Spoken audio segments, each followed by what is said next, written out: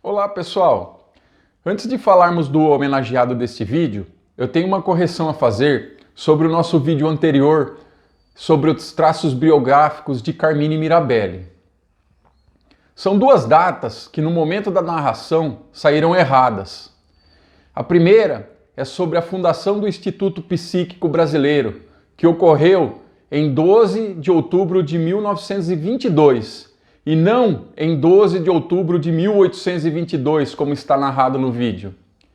E a segunda é sobre a visita de Manuel Quintão a Mirabelli, que ocorreu, na verdade, em 23 de abril de 1923 e não em 23 de abril de 1823, como foi narrado. Então, assim, feito as devidas correções, vamos para o homenageado do vídeo de hoje. Gostaria, em primeiro lugar, de agradecer a Mônica Pinhatti, a nossa amiga aqui do canal e lá da Casa dos Espíritas, que nos deixou a sugestão de realizar esses traços biográficos falando sobre Vinícius. Eu tenho certeza, são poucas as pessoas que ouviram falar, e menos ainda as que conhecem a história de Vinícius. Confesso a vocês que antes da pesquisa para a realização desse vídeo, eu também não conhecia muitos detalhes da vida do nosso homenageado. Sabia que ele era de Piracicaba, cidade aqui muito próxima de nós, e que ele havia deixado uma série de livros onde escreve de maneira muito clara sob a ótica espírita a respeito dos evangelhos.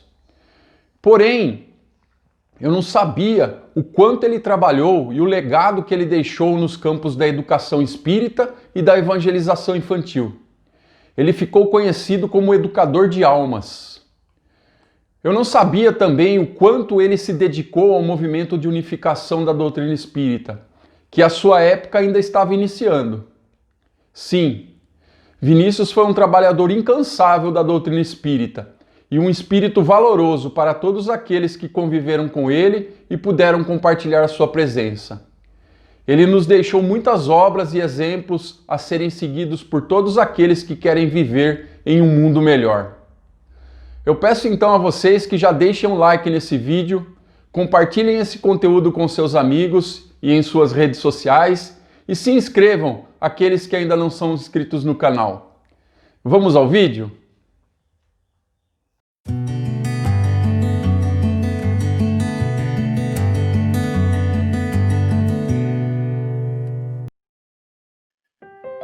Piracicaba, em fins do século XIX, era uma cidade em pleno desenvolvimento. Estava conectada com todos os acontecimentos que ocorriam nos grandes centros de então, como São Paulo e Rio de Janeiro. Sua economia estava baseada nas grandes fazendas de plantação de cana-de-açúcar, e já existia um comércio bem estabelecido, onde crescia uma sociedade de classe média alta.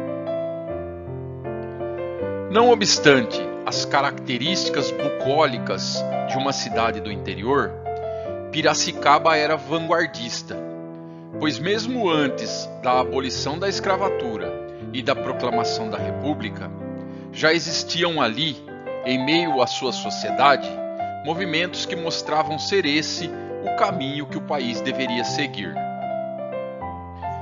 Foi nesse ambiente que nasceu Pedro de Camargo, no dia 7 de maio de 1878.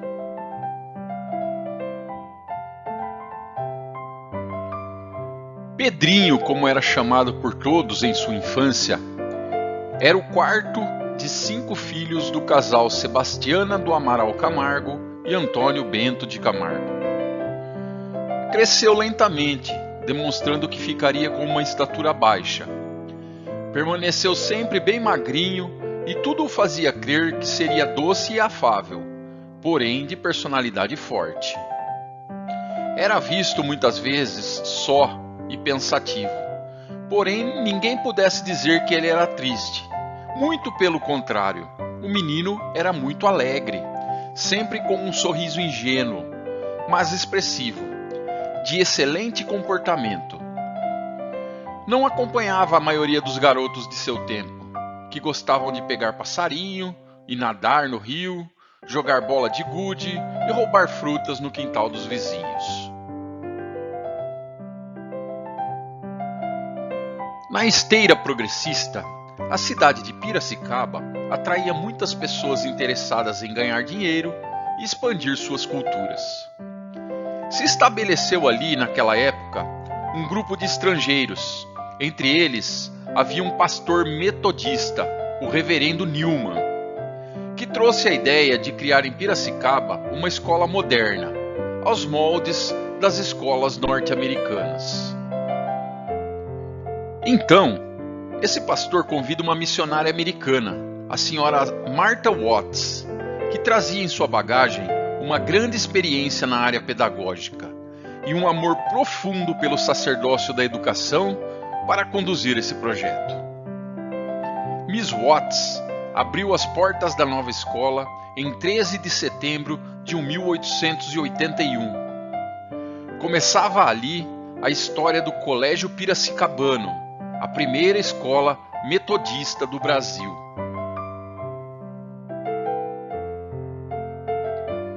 Quando Pedrinho atingiu a idade escolar, seu Antônio o matriculou no recém-fundado Colégio Piracicabano.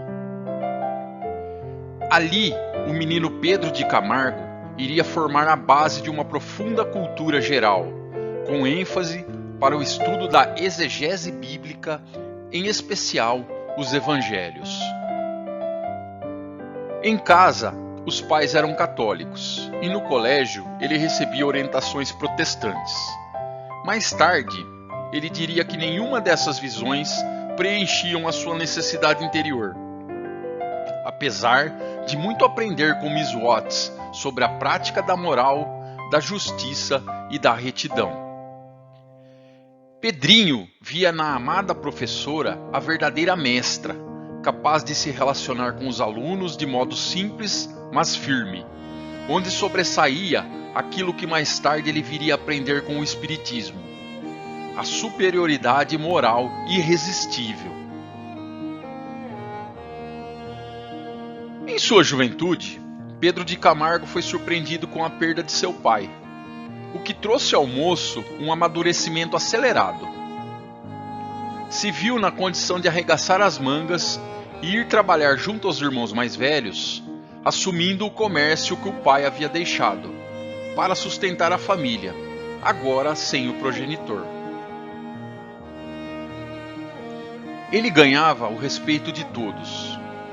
Moço ainda, já mostrava características de sua personalidade branda e pacífica, responsável e firme. Não fazia nada às pressas. Tinha paciência, contrabalançada pela constância nos deveres assumidos. Não tinha apego exagerado às coisas materiais e ao dinheiro. Porém, algo que não admitia era a desonestidade. Sua sensibilidade já era bastante aguçada. Lia sempre que podia os novos autores, bem como os consagrados. E gostava muito de desenvolver uma boa conversa. Cultivava o hábito de vestir-se com alinho.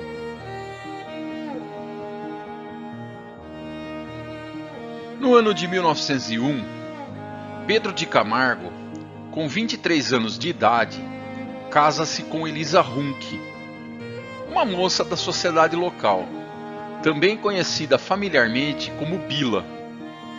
E no ano seguinte, 1902, nasce sua primeira filha, que recebe o nome de Marta, em homenagem à sua amada professora de infância, a Miss Watts. Por essa época, estimulado por um amigo, representante comercial, seu Pedrinho, como era chamado agora, abre seu próprio estabelecimento, a Casa Comercial Garrafão, no ramo de secos e molhados. 2 anos mais tarde, Elisa, sua esposa, desencarna, vítima de difícil moléstia. Uma profunda mudança, afinal, estava próxima, e a morte da esposa, tão jovem, viria a ser uma das razões para o seu fortalecimento moral.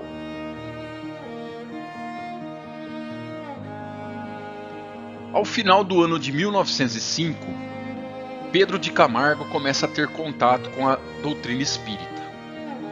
Não existem notícias precisas a esse respeito, mas sabe-se que ele leu com muito interesse um exemplar de O Evangelho segundo o Espiritismo que chegou às suas mãos. A respeito desse fato, mais tarde ele escreveria: cheguei ao Espiritismo pelo raciocínio, pela razão e pelo sentimento. Tornei-me adepto sem que então houvesse presenciado um caso sequer desses a que denominam espíritas. Conhece então a jovem mineira Messiota de Campos Pereira e contrai segundas núpcias com a moça.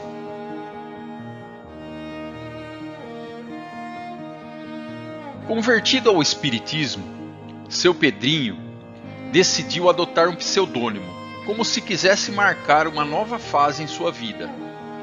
Surgiu então Vinícius, com o qual passaria a assinar os trabalhos que mandaria publicar em inúmeros jornais da imprensa doutrinária.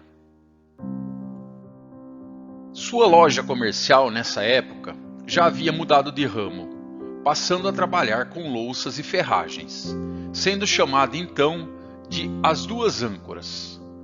E um dos grandes lucros que obtinha era com a comercialização de armas e munições.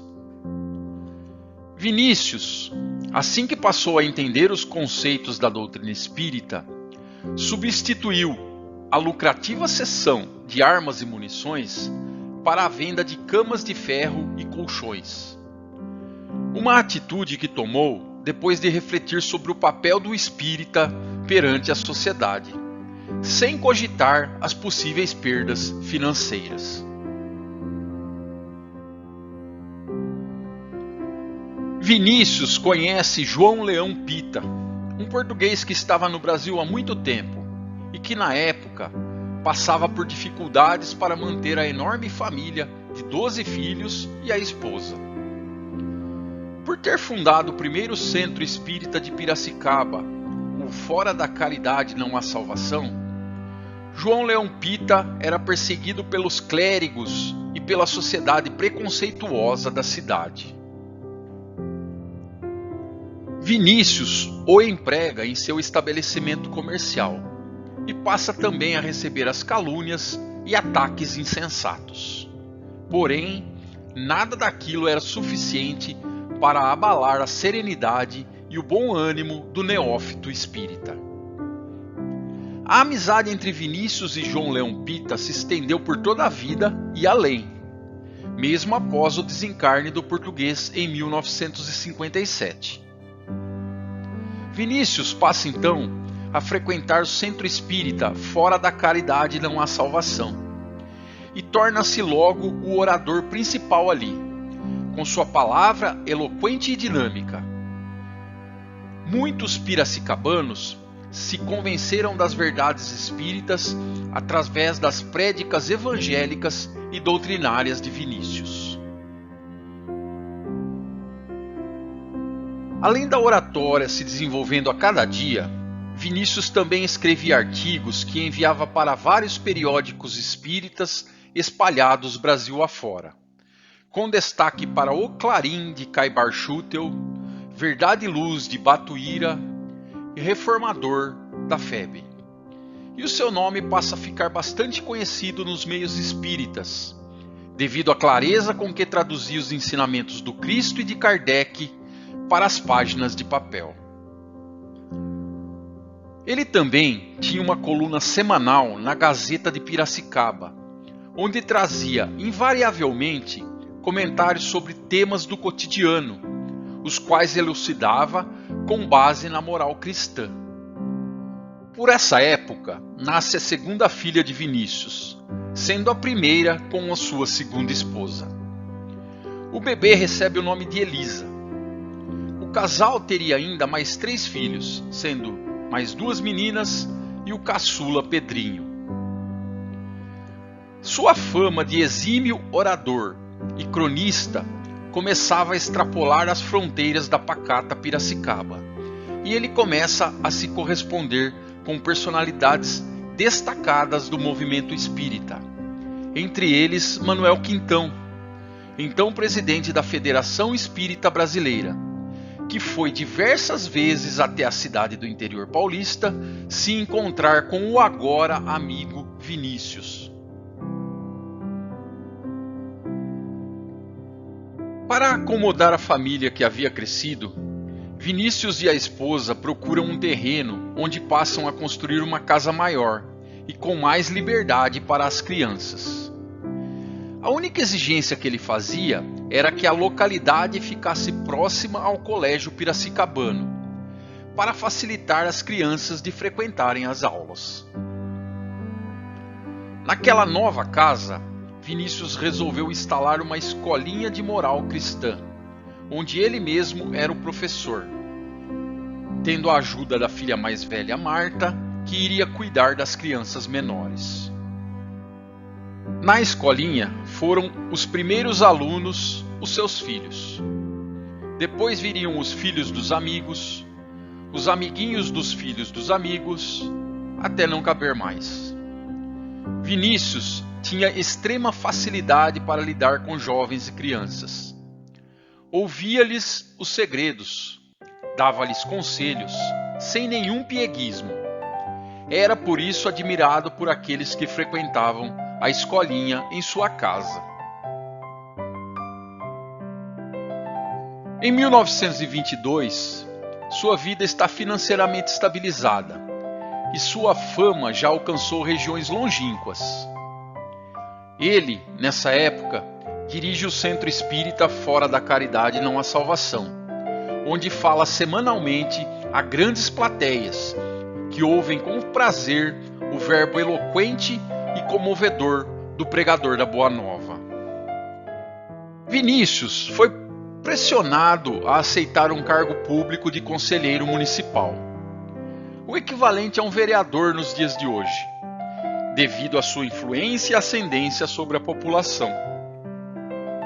Porém, pouco tempo permaneceu naquele meio, já que, como ele mesmo afirmou, não sou político, não me comprometo absolutamente com as ideias de um partido ou com os princípios que o constituem, porque os partidos têm suas disciplinas, e eu não desejo seguir outra disciplina que não a do dever, e ouvir outra voz que não seja a da razão e da consciência. Em 27 de novembro de 1925, junto com outros eméritos cidadãos piracicabanos, ele funda a Sociedade de Cultura Artística de Piracicaba. Vinícius foi o seu primeiro presidente, permanecendo ali nesse cargo por 13 anos. Sob sua gestão, foram se apresentar para o público de Piracicaba inúmeras personalidades do cenário cultural brasileiro.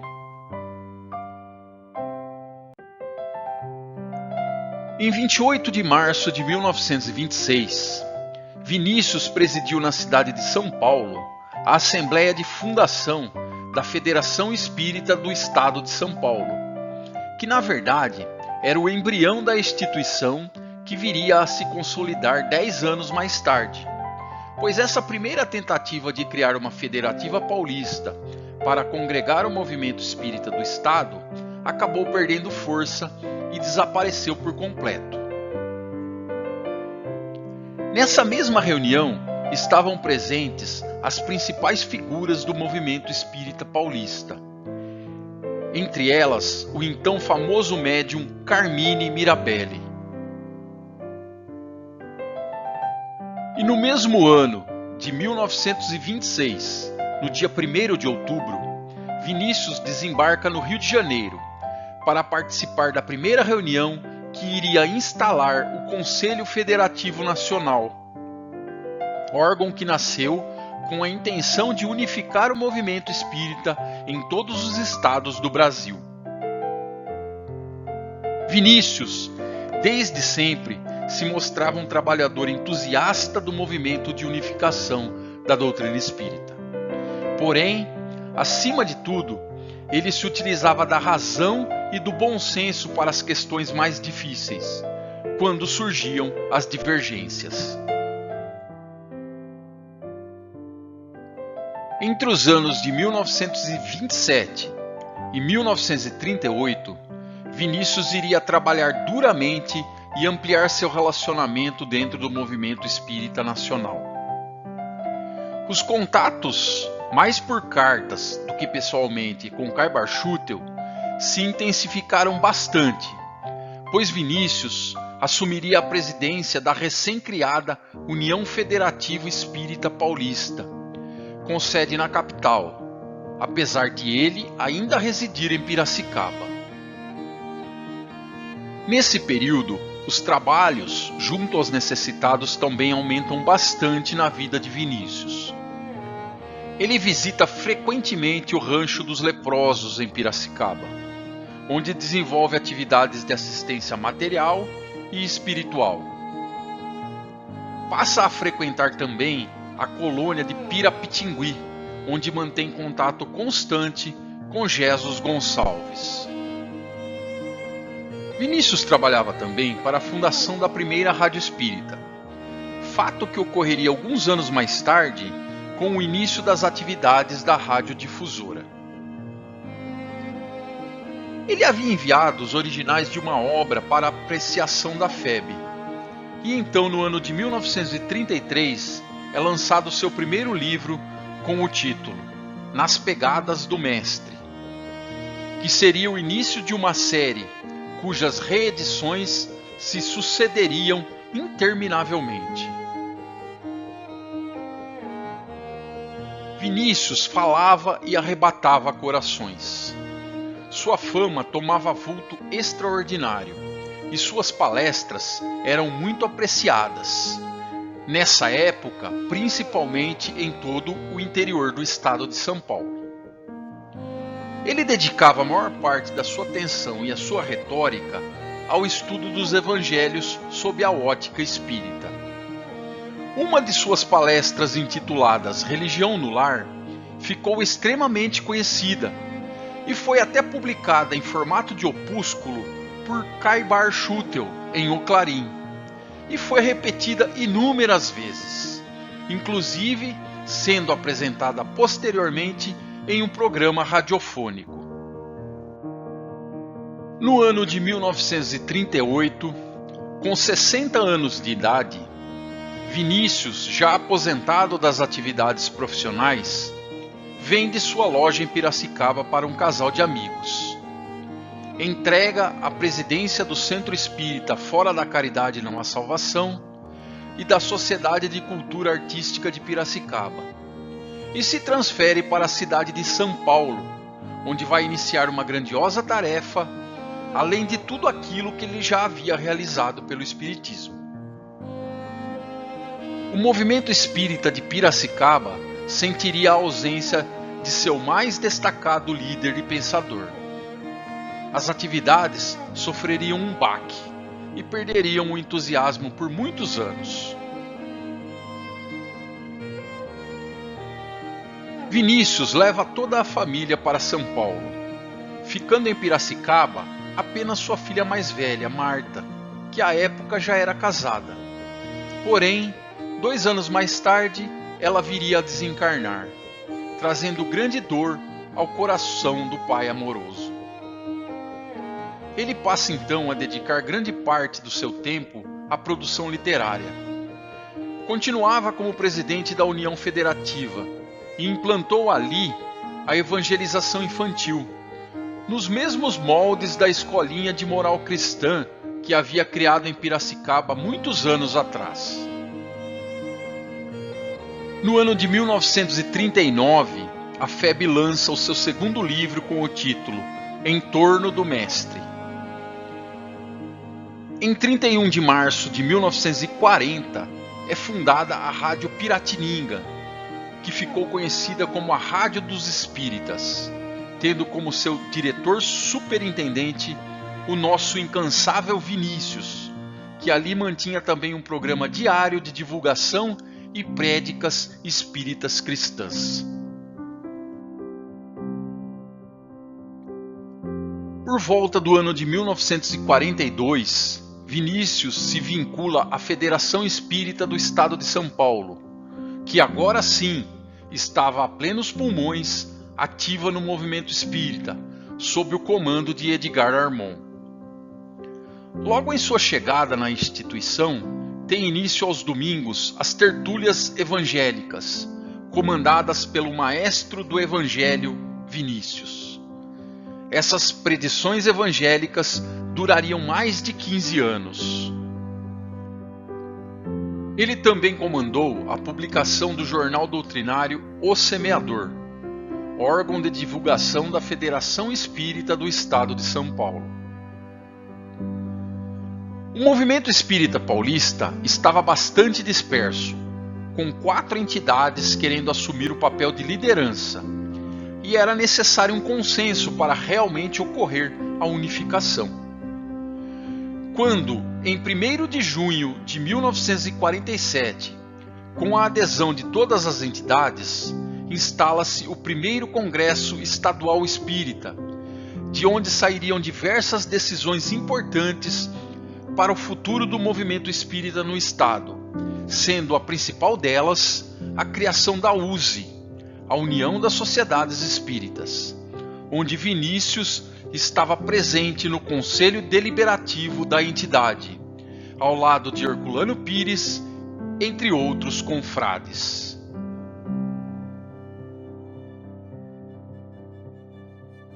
Em janeiro de 1949, é criado o Instituto de Educação Espírita e Vinícius é aclamado presidente, tendo José Herculano Pires como secretário.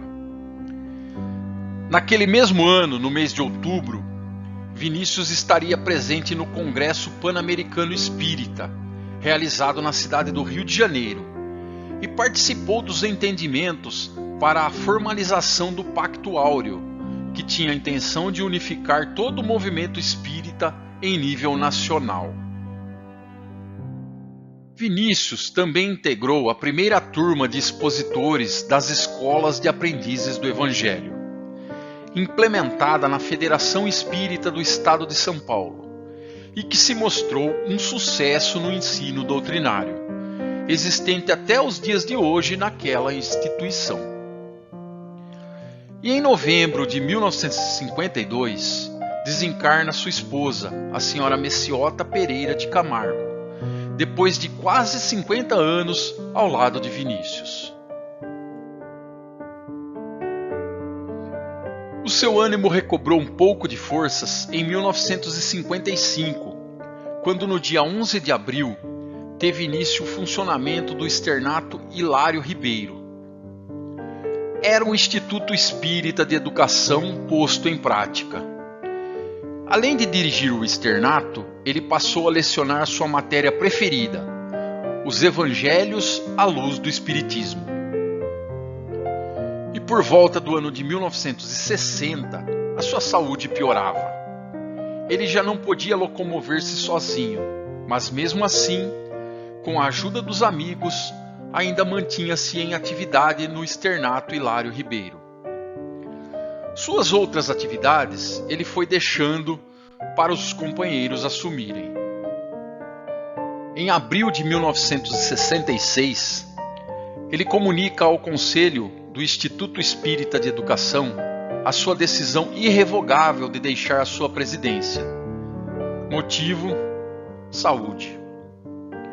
E no dia 11 de outubro de 1966, uma terça-feira, às 20 horas, os olhos de seu corpo físico cerraram definitivamente as pálpebras.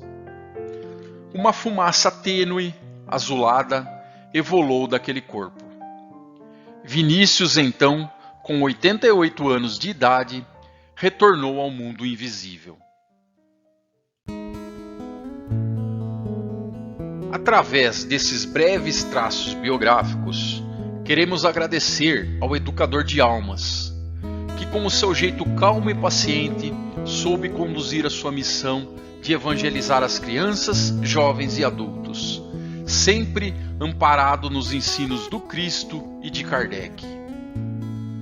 Ele que proferiu palestras para grandes plateias e, através de sua escrita sempre coerente e correta, conduziu muitas almas para a prática do bem. E que também, através de seu bom senso e dinamismo, trabalhou incansavelmente pelo movimento de unificação da doutrina espírita na pátria do Cruzeiro.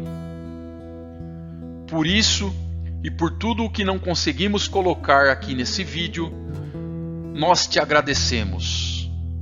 Obrigado, Pedro de Camargo Vinícius.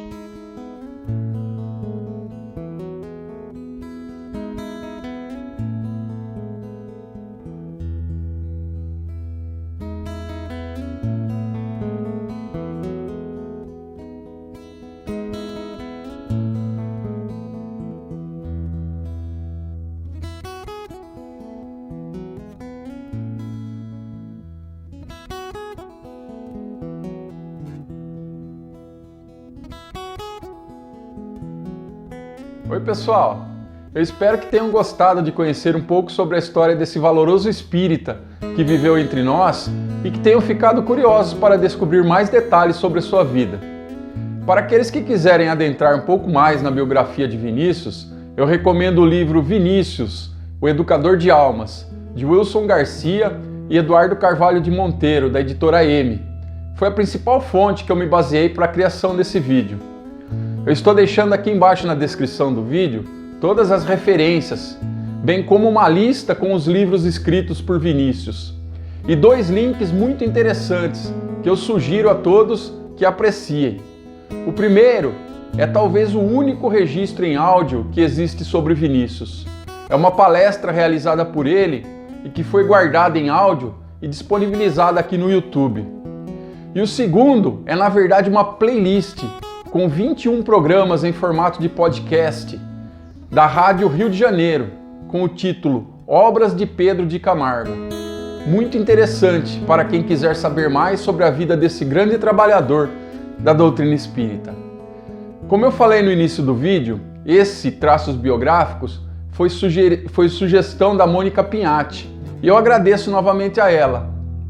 E da mesma forma, eu deixo para vocês o convite de sugerirem nomes de personagens da doutrina e do movimento para que eu realize uma pesquisa e crie um vídeo aqui no canal. Podem usar a área de comentários e deixar suas sugestões, caso as tenham. E mesmo para fazer comentários se estão gostando ou não dos conteúdos desses vídeos que eu tenho postado aqui no canal.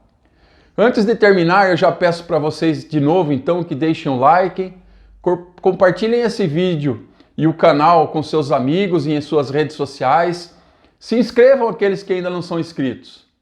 E para finalizar, eu vou deixar vocês com uma mensagem de Vinícius, que inspirado num domingo, depois das atividades de evangelização infantil, ele sentou-se em sua escrivaninha e escreveu uma página que dedicou às suas filhas.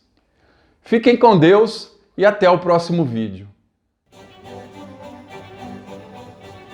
Haverá algo mais maravilhoso que um pôr de sol tingindo o horizonte de vivos e variegados coloridos?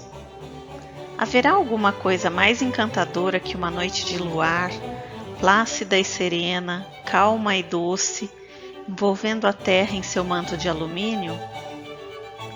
Haverá quadro mais imponente que o oceano, em suas águas levemente crispadas, ondulando, deleitosas, através de brando marulhar? Haverá painel mais admirável que a mata virgem, ostentando árvores seculares, através de cuja ramada coa-se a custo a luz solar, cujo calor não basta para secar a umidade que refresca o solo acamado de folhas e musgos? Haverá cena mais cheia de suavidade que aquela proporcionada pelo lago tranquilo, de águas azuladas, sempre mansas, arfando de leve ao sopro da brisa? Haverá acaso expressão de beleza maior que a das flores, dispostas com arte, num conjunto mesclado de verde, trescalando viço, frescor e aroma? Haverá graça comparável à do passaredo, garrido e travesso, enchendo o ambiente de vida e de alegria com seus gorjeios e trinados? Haverá espetáculo mais majestoso e arrebatador que um céu escuro, recamado de estrelas, tremeluzindo e cintilando na solidão profunda que se estende, imensurável, sobre nossas cabeças? Haverá mais solene representação que aquela que nos oferece a aurora, espantando as derradeiras sombras da noite, com as primeiras claridades do dia que desponta?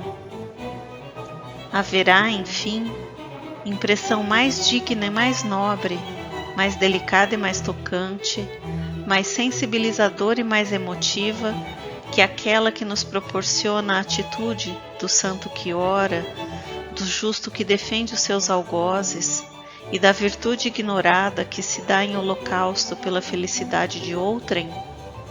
Sim, existe algo no mundo mais maravilhoso que o pôr do sol, mais encantador que a noite de luar, mais imponente que o oceano, mais admirável que as árvores seculares, mais garrido que os pássaros, mais majestoso e arrebatador que o céu recamado de estrelas, mais belo que as flores, mais solene que a aurora. E a criança sorrindo no regaço materno, batendo palmas em sinal de aplauso ao doce chamamento de Jesus: deixai vir a mim os pequeninos.